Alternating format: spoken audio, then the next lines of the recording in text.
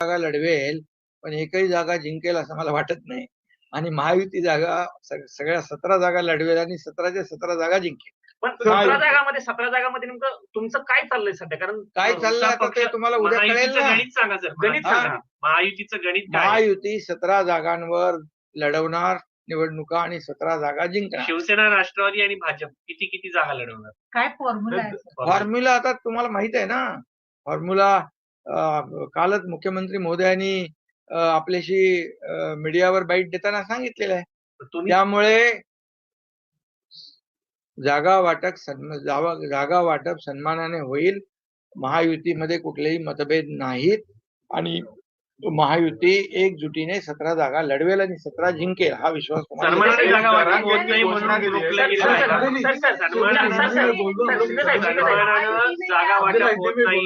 सन्मानानं जागा वाटप होत नाही म्हणून रखडलेलं आहे का? नाही, रखडलं म्हणजे अरे तुम्हाला अजून 1 तारखेपर्यंत फॉर्म भरायचे आहेत. काय तुम्ही एवढ्या घाईवर का? तुम्हाला आमच्यापेक्षा तुम्हाला जास्ती घाई आहे लागलेली आहे. घोषणा केली की रणरणत्या उन्हात मी म्हणजे थेट उन्हामध्ये विना छपरा शिवाय मी उपोषणाला बसणार आहे, अन्न पाणी त्याग करून. नाही, आता त्यांना प्रसाद लाड आमचे आमदार जाऊन भेटले आणि त्यांनी काही गोष्टी त्यांच्या मागण्या ज्या आहेत त्या ऐकून घेतलेल्या आहेत.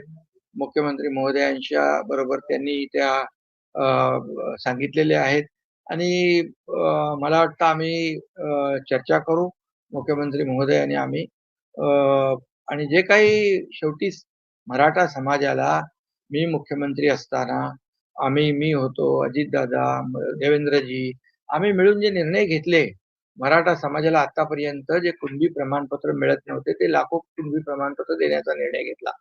जस्टिस शिंदे कमिटी आम्ही नेमली, त्यांनी ते कुणबी प्रमाणपत्र नोंदी शोधल्या, 10% आम्ही आरक्षण दिलेलं आहे आणि बाकी जे काही ज्या योजना सारथीच्या आहेत त्याचबरोबर अण्णासाहेब पाटील आर्थिक विकास महामंडळ आहे या माध्यमातून मराठा समाजाला न्याय देण्याचं काम केलं आणि जे काही उर्वरित प्रश्न आहे ते देखील सोडवण्यासाठी सरकार सकारात्मक आहे. म्हणजे त्यांना उपोषण करण्याची गरज पडणार नाही असंच सरकारची भूमिका आहे. मराठा कुणबी महामंडळाची देखील त्यांनी मागणी केलेली आहे. ठीक आहे, त्याच्यावर आता मुख्यमंत्री आणि आम्ही चर्चा करू. मुख्यमंत्र्यांनी पंतप्रधान नरेंद्र मोदी यांची या सगळ्याला जोडूनच की आता आसाममध्ये म्हणजे समान नागरी कायदा लागू केला गेला. एक तिसरं राज्य ठरलंय देशातलं समान नागरी कायदा लागू करणार. महाराष्ट्राने पण पुढाकार घ्यावा यासाठी असं वाटतं? खरं म्हणजे हा विषय काल तुम्ही मला वाटतं प्रश्न विचारला होता. मी सर्वप्रथम आसामचे मुख्यमंत्री हेमंत बिस्वा शर्मा यांचं मी अभिनंदन करतो. सरकार स्थापन झाल्यानंतर तात्काळ त्यांनी हा निर्णय जो समान नागरी कायद्याचा घेतला त्याबद्दल त्यांचं मी अभिनंदन करतो आणि शिवसेनेची भूमिका सुरुवातीपासून तीच राहिलेली आहे. बाळासाहेबांची भूमिका तीच राहिलेली आहे की एक देश एक कायदा, समान नागरी कायदा, सगळ्यांना समान हक्क असले पाहिजे, समान न्याय असला पाहिजे, ही बाळासाहेबांची भूमिका आहे सुरुवातीपासून, आताची भूमिका नाहीये. त्यामुळे एक देश एक कायदा असला पाहिजे ही भूमिका शिवसेनेची सुरुवातीपासून आहे. त्याचबरोबर या देशाचे प्रधानमंत्री नरेंद्र मोदीजी यांनी देखील अनेक वेळा उल्लेख केलेला आहे एका देशात 2 कायदे कसे काय असू शकतात आणि त्यामुळे मला वाटतं आमची भूमिका जी आहे ही सकारात्मक आहे, स्पष्ट भूमिका आहे, समान नागरी कायदा च्या बाजूची आहे आणि यामध्ये घटनेच्या कलम 44 नुसार जे काही सगळ्यांना जे अधिकार सगळ्या समान असले पाहिजे आणि मी या बाबतीमध्ये मुख्यमंत्री महोदयांशी देखील चर्चा करेन आणि आम्ही सरकार म्हणून या बाबतीमध्ये जो सकारात्मक जसं बाळासाहेबांची जी 3 स्वप्न होती, अयोध्येत राम मंदिर बांधणे, 370 कलम हटवणे आणि तसंच समान नागरी कायदा, ही 3 स्वप्न होती. त्यापैकी 2 स्वप्न आदरणीय प्रधानमंत्री नरेंद्र मोदीजी आणि गृहमंत्री अमित भाई यांनी पूर्ण केलेली आहेत. मला वाटतं हे 3रं स्वप्न देखील पूर्ण होईल असा विश्वास आहे. महाराष्ट्र सरकार दिल्ली आणि याच्यामध्ये काही लोक जे काही गैरसमज पसरवतात, याच्यामध्ये याच्यावर अन्याय होईल, त्याच्यावर अन्याय होईल, तर आदिवासी समाजाच्या बाबतीमध्ये देखील काही कन्फ्युजन क्रिएट करतात लोक. परंतु काल परवा गृहमंत्री अमित भाईंनी स्वतः स्पष्ट केलेलं आहे की यामध्ये कुठल्याही परिस्थितीमध्ये आदिवासी समाजाचे जे हक्क आहे, संस्कृती आहे, परंपरा आहे, त्यांच्या चालीरीती आहेत, त्याच्यावर कुठलाही परिणाम होणार नाही.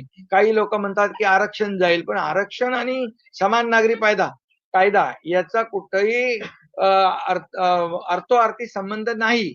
आरक्षण हा विषय घटनेने दिलेला आहे SC ST ला. त्यामुळे काही लोक याला विरोध करायचा म्हणून लोकांची दिशाभूल करतात यामध्ये. आणि म्हणून मी एवढंच सांगेन की या बाबतीमध्ये आम्ही सकारात्मक आहोत. सर, शिंदे गुदमरले आहेत असे संजय राऊत हे जितेंद्र बोलतात. ठाकूरांना एक मिनिट. शिंदे गुदमरले आहेत आधीच या पूर्ण सरकारमध्ये असे संजय राऊत यांनी विधान केलंय विधान परिषदच्या सध्याच्या स्थितीला बघून. ते बोलतात फडणवीस सांगत आहेत मित्र आहे, पण आज भाजप आणि शिंदे एकत्र पुढे लढू शकत नाही असं संजय आणि राऊत हितेंद्र ठाकूर यावर मला काही भाष्य करायचं भाजपवाले नाही. विधान परिषदेत आम्ही एकच सांगतो की महायुती मजबूत आहे, आम्ही एकत्र काम करतोय, एकत्र महाराष्ट्राचा विकास वेगाने सुरू आहे. याची पोटदुखी विरोधी पक्षाला आहे, याचे जे काही पचनी पडत नाही त्यांच्या, म्हणून या अशा प्रकारच्या दिशाभूल करणारी वक्तव्य करत असतात. त्याच्यावर आम्हाला काही लक्ष द्यायचं नाही. दोनच प्रादेशिक पक्ष आहे, एक उद्धव ठाकरेचा पक्ष आणि दुसरं शरद पवारांचं. आणि आमचा काय कुठला पक्ष? त्यांच्या- आज महाराष्ट्रामध्ये भारतीय जनता पक्ष सगळ्या निवडणुकांमध्ये आपण पाहिलं तर पहिल्या क्रमांकाचा पक्ष आहे आणि आमचा शिवसेनेचा दुसऱ्या क्रमांकाचा पक्ष आहे. त्यामुळे आता त्यांचे जे काही त्यांचे नंबर कुठे गेलेत ते त्यांनाच माहित नाहीये. त्यांचे नंबर जे आहेत ना, किती नंबरला गेलेत तेच त्यांना कळत नाहीये. जे ठाकरे फडणवीसांना म्हणत होते एकतर तू राहील किंवा मी राहील, जे ठाकरे फडणवीसांना म्हणत होते एकेरी भाषेत एकतर तू राहील किंवा मी राहील, आता ते ठाकरे भाजपच्या म्हणजे देवेंद्र फडणवीस यांच्या जवळ जाताना दिसत आहेत किंवा तसं ते दाखवत आहेत. त्याच्याबद्दल तुमचं काय मत? आणि SMS पाठवतायत. डोळे करणारे सांगतायत. रात्री SMS पाठवतायत. पूर्वी म्हणाले एकतर तू राहशील किंवा मी राहील. खरं म्हणजे अशी टोकाची भाषा करणारे लोक आज त्यांची काय परिस्थिती झालेली आहे. आज ते किती म्हणजे त्याला काय म्हणतो आपण,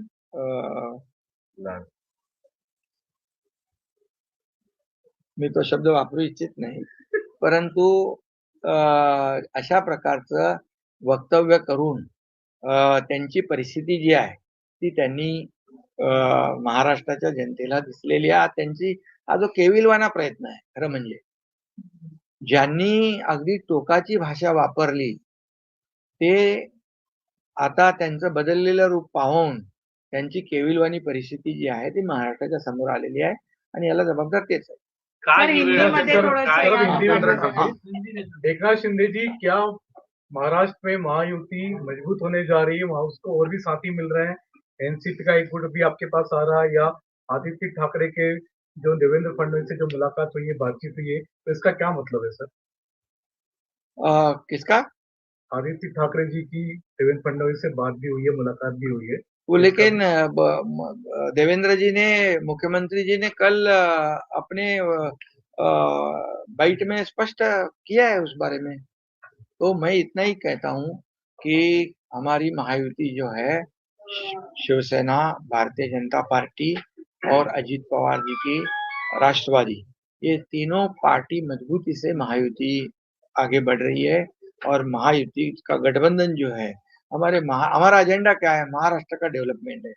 और जो महाराष्ट्र जिस तेजी से डेवलप हो रहा है, आगे बढ़ रहा है, ये देखकर कई लोगों को पेट में दर्द हो रहा है और वो ऐसी उल्टी पुल्टी बातें अफवाहें फैलाते हैं, उन पर हमें ध्यान देने का नहीं।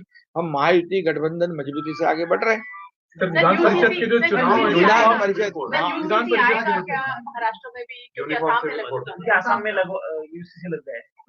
मैं पहले तो आसाम के मुख्यमंत्री हेमंत बिस्वा शर्मा जी का अभिनंदन करता हूं। जैसे ही उनकी नई सरकार बनी तो उन्होंने तुरंत ये यूसीसी लागू करने का फैसला किया है। और मैं ये कहूंगा कि हमारी बाला साहब ठाकरे जी की भूमिका, हमारी शिवसेना की भूमिका शुरू से यही रही है कि समान नागरिक कानून होना चाहिए, एक देश में एक कानून होना चाहिए। और ये भूमिका जो है हमारी शिवसेना की पहले से रही है। एक देश में एक कानून, सभी लोगों को समान न्याय मिलना चाहिए। और आदरणीय देश के प्रधानमंत्री मोदी जी ने भी कहा है, एक देश में दो कानून कैसे हो सकते हैं।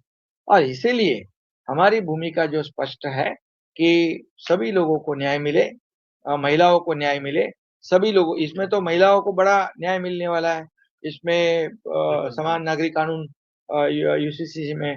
और इसीलिए यहाँ पर जो हमारे बाला साहब ठाकरे जी के 3 सपने थे, एक अयोध्या में राम मंदिर बनाना, कश्मीर का 370 कलम हटाना और समान नागरिक कानून को लागू करना। अभी मोदी जी और अमित भाई ने 2 सपने तो पूरे किए हैं।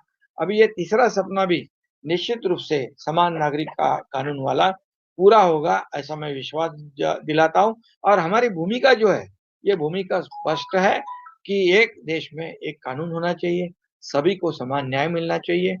और निश्चित रूप से इस बारे में हमारे मुख्यमंत्री देवेंद्र जी से भी हम बात करेंगे।